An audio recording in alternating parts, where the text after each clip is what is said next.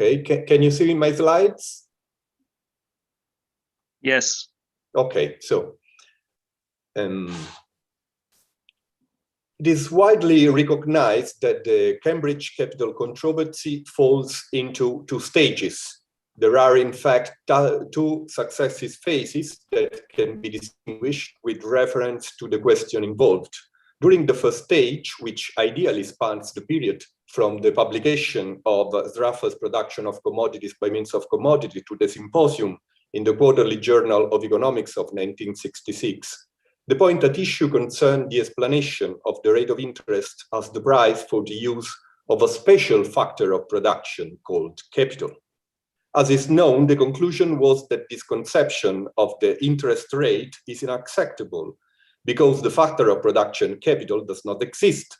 In particular, every attempt to regard the total value of a set of heterogeneous capital goods as a quantity of a factor of production inevitably exposes the analysis to the risk of paradoxical results.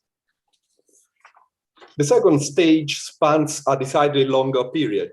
It started with the Garignani-Bliss debate in the Review of Economic Studies in 1970 and has not yet arrived at a definite conclusion. This stage concerns the neo-Varesian theory in which, as is known, capital is not seen as a factor of production. In actual fact, this approach sees production processes not as employing factors of production, namely labor, land, and capital, but rather commodities, namely goods and services with specified dates and places of delivery. The neo-Varesians, therefore, claim that their theory of supply and demand was immune to the result obtained during the first stage by the neo-Ricardians, which are the economists who follow Sraffa's approach. The neo-Ricardian reaction to this claim developed along two lines. The first regarded the significance of the notions of equilibrium adopted in the neo-Varesian approach, with particular reference to temporary and Arrow-Debré equilibria.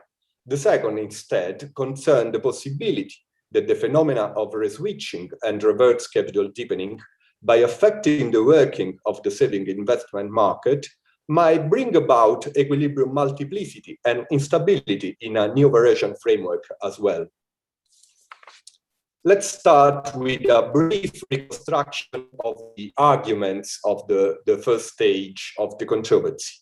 Even though the debates about the notion of capital are as old as its marginalist conception as a factor of production, what we call the Cambridge capital controversy actually started with the publication of Sraffa's Production of Commodities by Means of Commodities in 1960, followed 2 years later by Samuelson's article on the surrogate production function.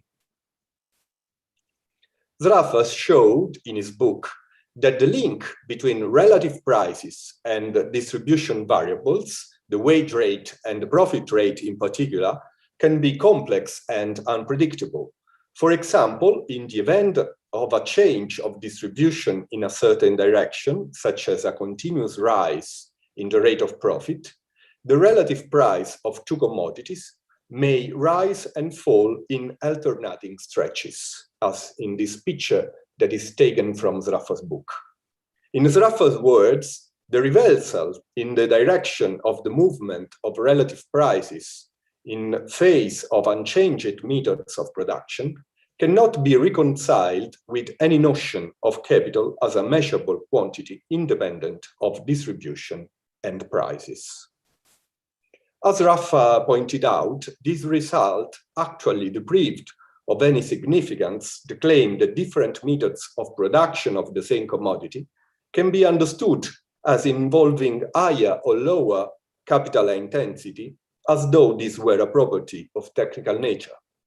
Precisely because the prices of capital goods depend on income distribution, the order of production methods on the basis of their employment of capital per unit of labor could in general vary as income distribution changes.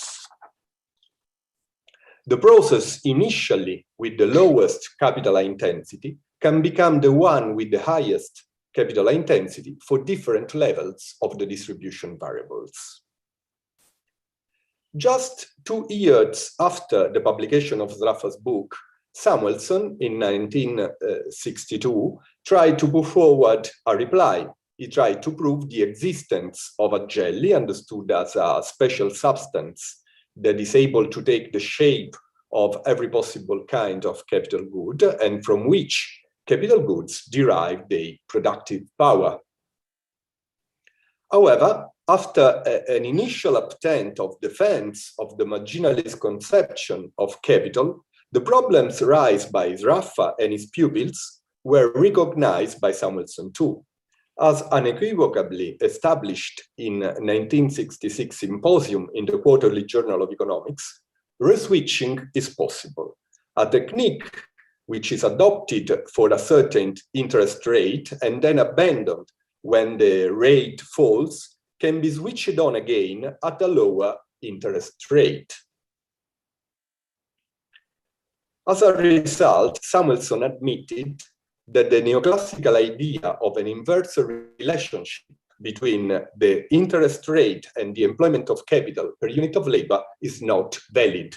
Using Samuelson's words, the simple tale told by Gibbons, Bombaverk, Wicksell, and other neoclassical writers, alleging that as the interest rate falls in consequence of abstention from present consumption in favor of future, technology must become in some sense more roundabout, more mechanized, and more productive, cannot be universally valid. Moreover, there is no unambiguous way to say that a certain method of production is more capital intensive than another. Again, in Samuelson's words, there often turns out to be no unambiguous way of characterizing different processes as more capital intensive, more mechanized, more roundabout, except in the ex post tautological sense of being adopted at a lower interest rate. Then, as said, the results obtained in the first stage of the controversy concern the view of capital as a factor of production and the rate of interest as the price for its use. They therefore left the neo-Varesian theory of value essentially untouched, as these erroneous conceptions are no part of it. In particular, Bliss and Hahn maintain that in the neo-Varesian general equilibrium models, starting from given initial endowments of commodities and assuming complete current and forward markets open simultaneously at the initial date, it is possible to arrive at the determination of the intertemporal price system with no need to aggregate capital goods either in value terms or by means of any special jelly. Moreover, they claim that the critical arguments used by the neo-Ricardians were aimed at naive versions of the theory, those appropriate for first-year students, which are aggregated for the sake of simplicity, but have no impact on more sophisticated versions such as the neo-Varesian. In Hahn's words, the neo-Ricardians, by means of the neoclassical theory of the choice of technique, have established that capital aggregation is theoretically unsound. Fine, let us give them an alpha for this. The result has no bearing on the mainstream of neoclassical theory simply because it does not use aggregates. It has a bearing on the vulgar theories of textbooks, but textbooks are not the frontier of knowledge. And as for the rate of interest, Bliss writes that the value which accrues from a sale is the product of price and quantity sold. Hence, if the rate of interest is the price of capital, the quantity of capital must be the wealth on which an interest yield is calculated. It will be shown shortly why this view is incorrect. But to cut a long story short, the conclusion may be announced at once. The rate of interest is not the price of capital. And therefore, on the one hand, the neo-Varesians admitted, as Samuelson had already done in his summing up of the 1966 symposium, that the factor of production capital does not exist. It can have a place only in the vulgar theories of textbooks. They were also aware that this particular factor of production was invented with the aim of explaining the rate of interest as the price for its use.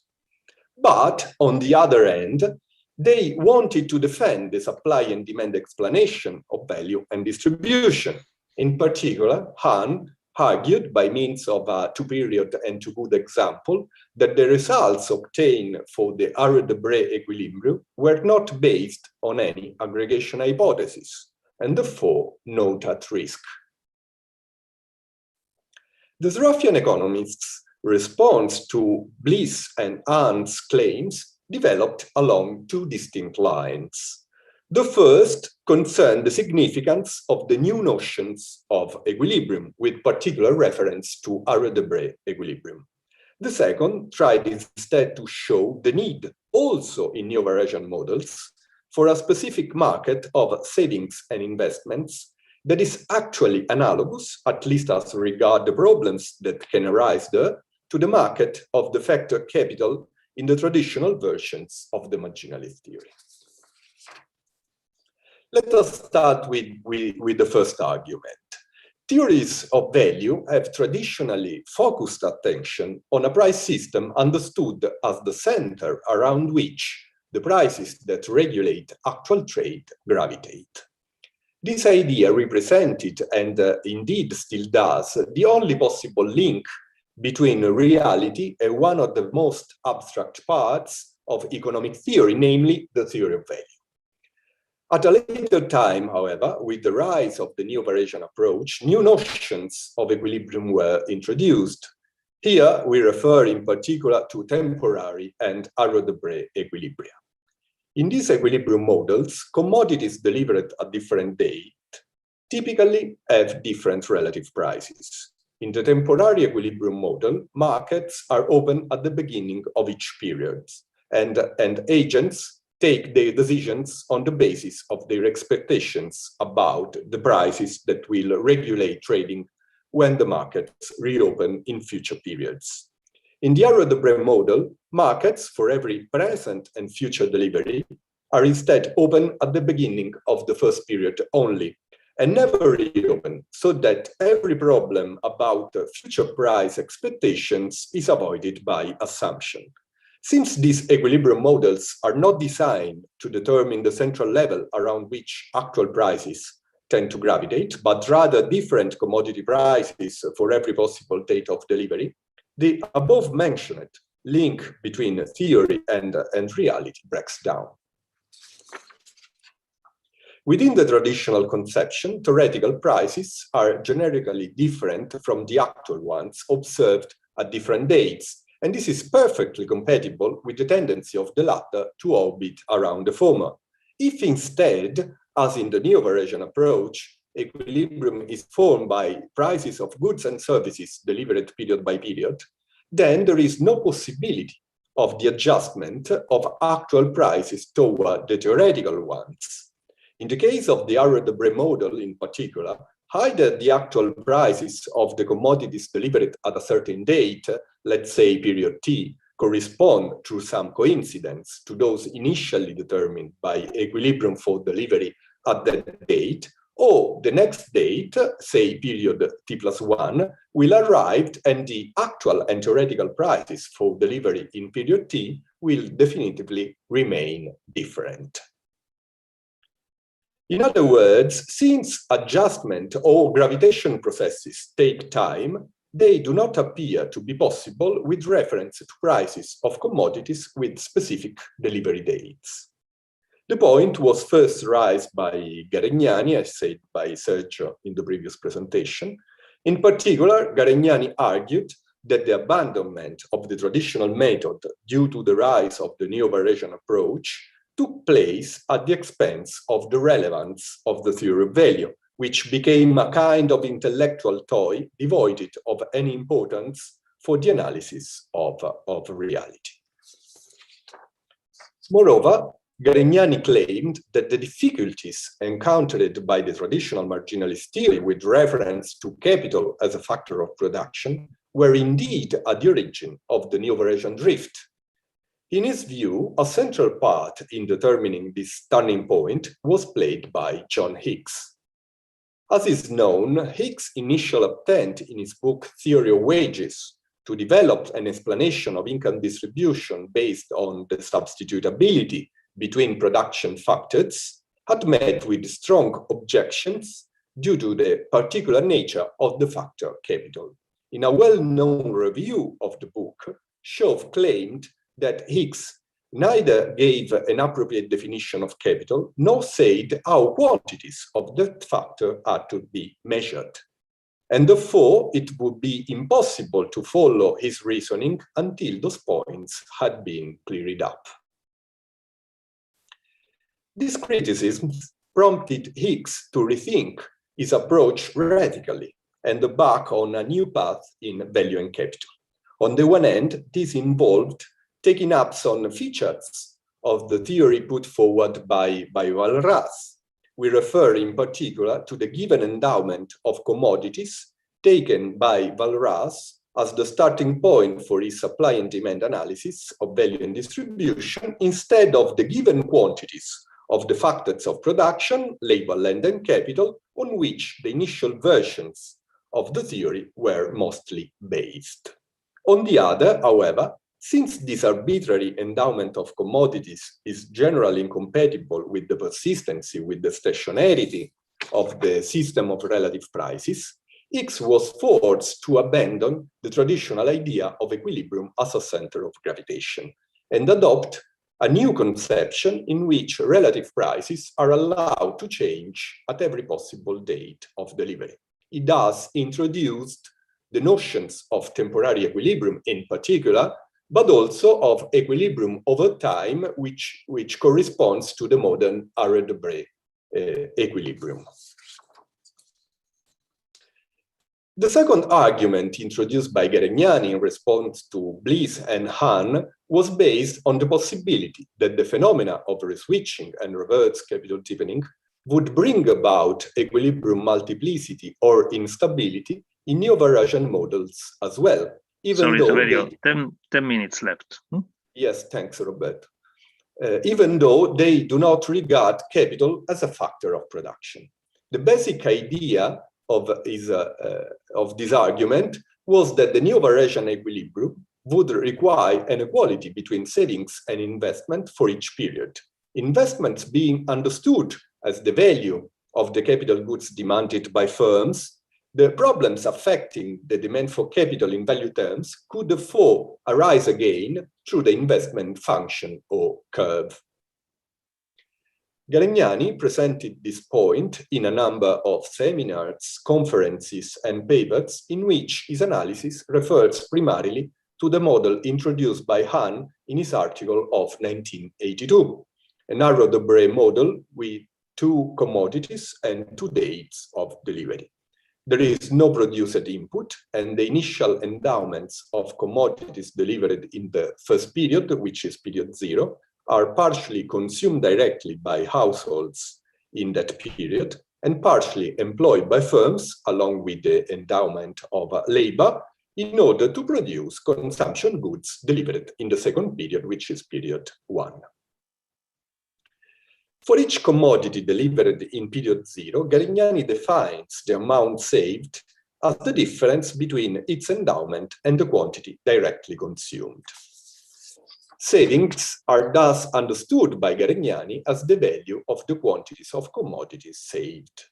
He instead defines investments as the value of the commodities that firms wish to employ in period 0.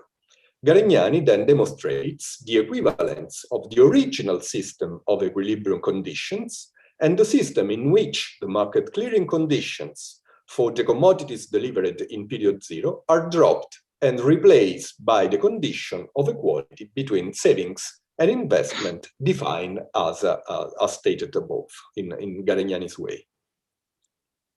According to Garegnani, this new way of writing the system of equilibrium conditions reveals the need for an equality between savings and investments in Arrow-Debré models.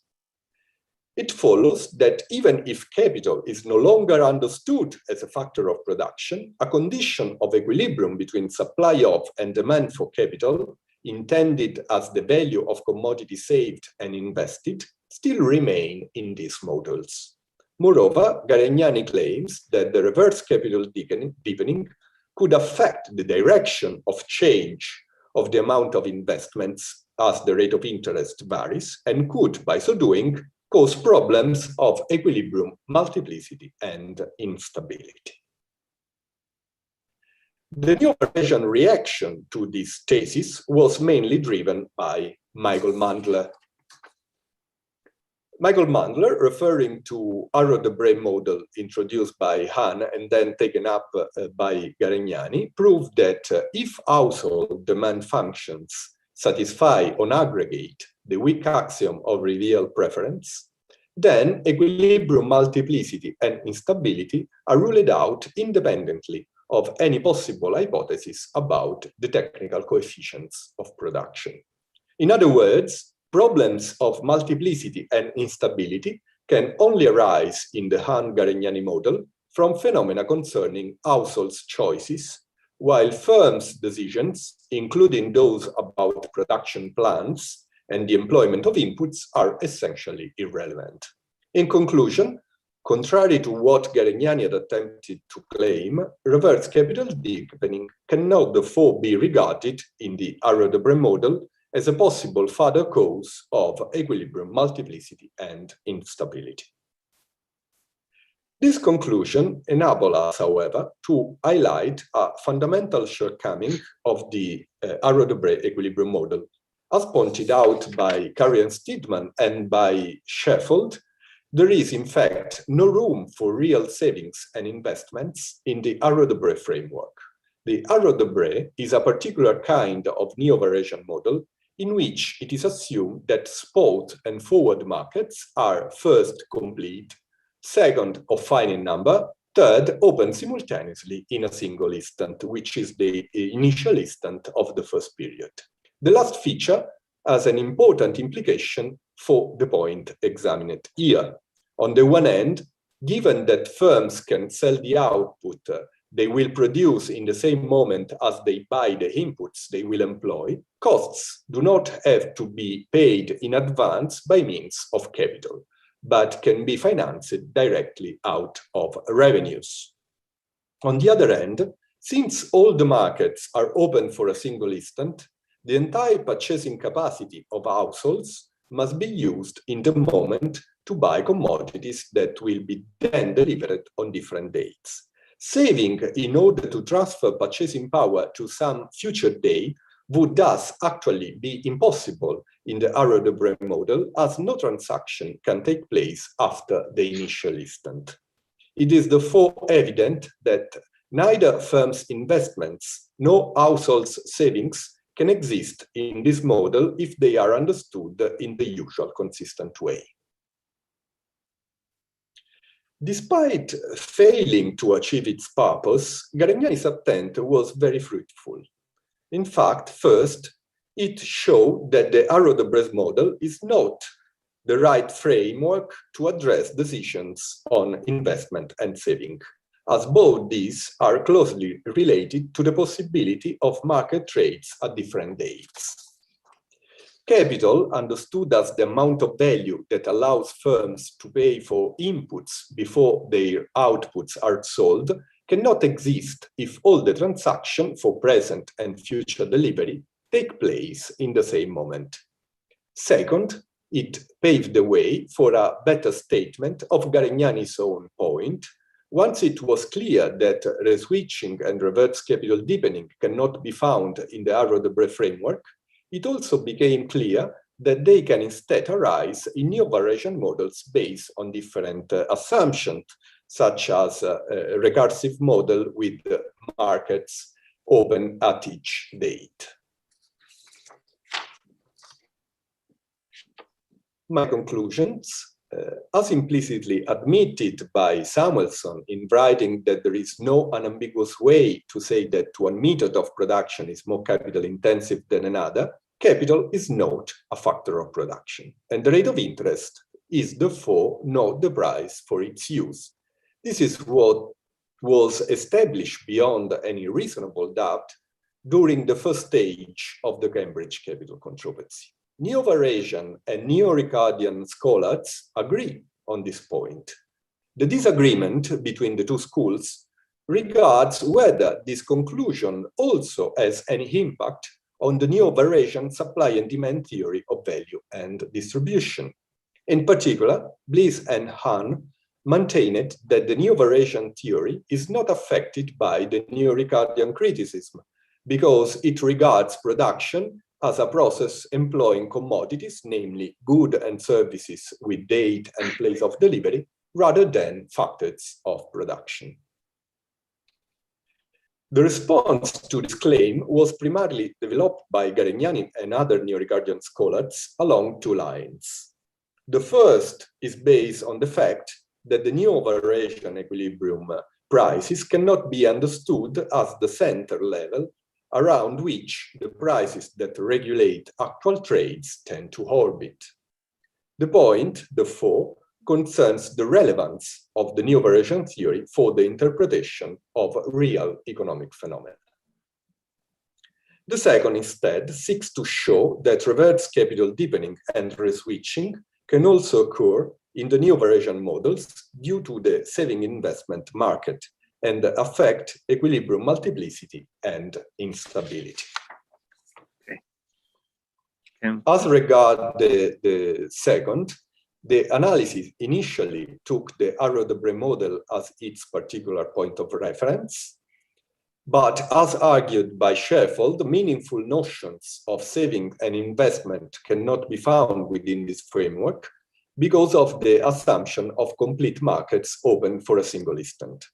Mandler was thus able to prove that problems of equilibrium multiplicity and instability cannot occur in this model if consumers' decisions are well behaved, that is, they satisfy the weak axiom of reveal preference on aggregate.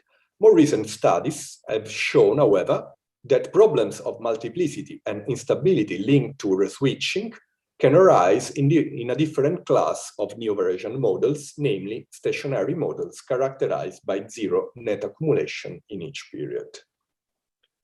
Finally, and this is my last slide, even though research is still in progress, there is a conclusion that can surely be drawn from the analysis of the first and the second stages of the Cambridge capital controversy.